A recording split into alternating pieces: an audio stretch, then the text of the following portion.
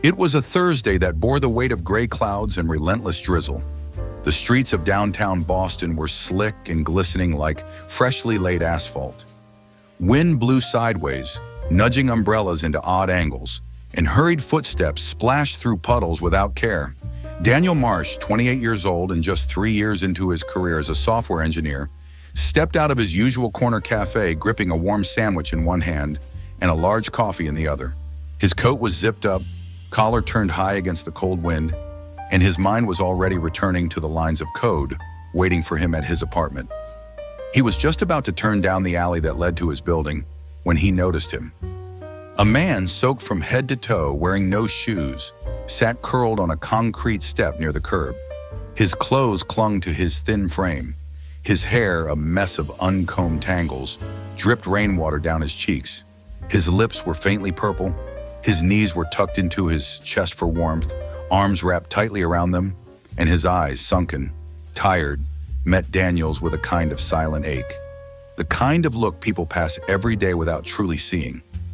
Daniel paused. Most would keep walking, but he didn't. "Hey," Daniel said, kneeling slightly to be at eye level. "You hungry?" The man didn't say a word. He simply nodded once, slowly. Without a second thought, Daniel turned around, re-entered the cafe, and ordered another full meal. Hot soup, sandwich, a muffin, and an extra coffee. It was more than the man could carry. He brought it back out, knelt again, and handed over the bag and the cup. The man's hands shook as he took them. "Thank you," the man mumbled. "People don't usually stop." Daniel smiled, gave a gentle pat to his shoulder, and replied, "Take care, all right?" He didn't ask the man's name, didn't take a picture, didn't post it online. He just walked away. A week passed. The weather had cleared, but Daniel's nerves were storming. He sat stiffly in the lobby of East Bay Technologies, a leading tech firm known for building scalable AI systems for hospitals and emergency response networks. It was his dream company. He had studied their infrastructure, read their patents, and even built a personal project inspired by one of their algorithms. For months, he had refined his resume, practiced technical interviews, and told himself he would walk into that building with confidence. Now that he was here, though, confidence had evaporated into anxiety. His palms were clammy, his legs bounced slightly. Every passing second felt like a countdown to judgment. A tall woman in a black suit called his name. "Daniel Marsh?"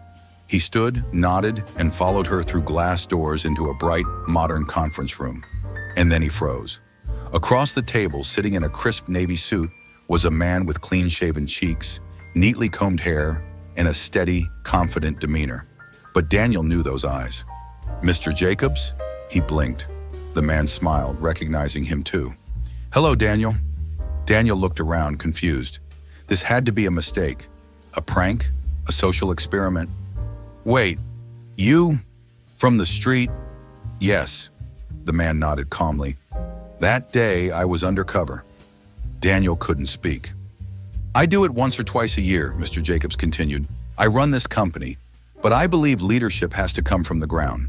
I need to know how people treat others when no one's watching." Daniel was stunned. He hadn't even known this man's name. He had no idea he was feeding a CEO in disguise. "You didn't hesitate," Mr. Jacobs said. "You didn't ask for anything. You gave generously. That's the kind of heart I want leading a team." Daniel got the job. He wasn't even sure how to process it. The HR paperwork felt surreal. He half expected to wake up and find himself back in his apartment with a lukewarm sandwich and a coding bug he couldn't squash. But it was real. His official title, Software Engineer 2, working under the Strategic Innovations Division. Mr. Jacobs himself oversaw the team.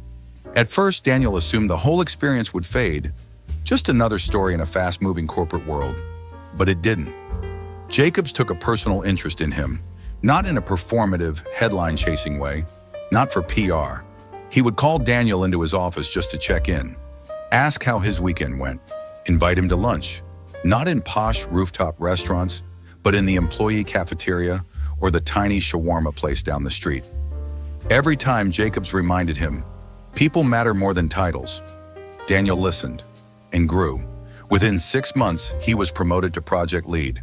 He wasn't the most senior, but he had something rare: trust. He led with humility. He mentored junior engineers. He made sure interns had a seat at the table, and he never once used his story to climb higher.